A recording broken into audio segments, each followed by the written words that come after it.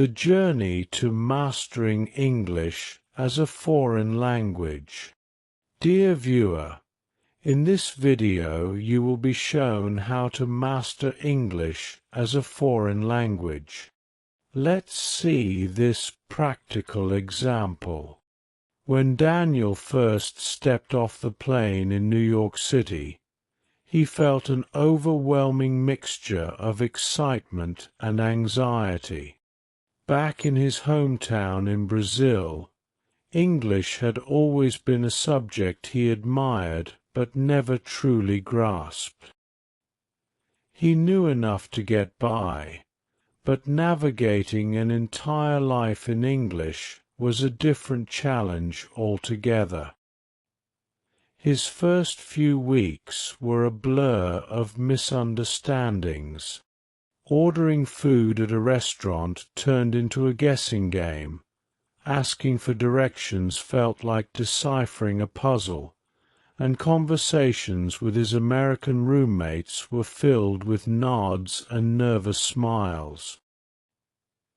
He often found himself retreating to the safety of his room, avoiding interactions that reminded him of his limitations. But Daniel was determined. Every morning he practiced his pronunciation in front of the mirror, mimicking the way native speakers moved their mouths. He carried a notebook everywhere, jotting down new words and phrases he overheard on the subway or in coffee shops. At night, he watched movies with English subtitles, repeating lines under his breath until they felt natural. One of the biggest breakthroughs came when he joined a local book club. Though he hesitated at first, worried about his accent and grammar mistakes, he quickly realized that the group was more interested in his ideas than in how perfectly he spoke. Their encouragement gave him the confidence to engage in discussions, and soon his words flowed more easily. As months passed, Daniel noticed subtle but significant changes. He no longer translated sentences in his head before speaking. Jokes that once flew over his head now made him laugh. He even found himself dreaming in English, an unexpected yet thrilling sign of his progress.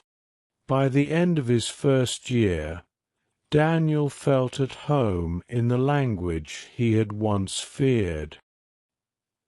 He landed an internship where he communicated effortlessly with colleagues, gave a speech at a university event, and even started writing poetry in English. The journey had been difficult, but every struggle had shaped him into a confident, fluent speaker.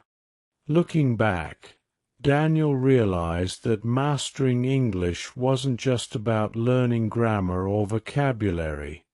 It was about embracing the culture, making mistakes, and pushing past his fears. And in doing so, he had not only gained a new language, but a new way of seeing the world.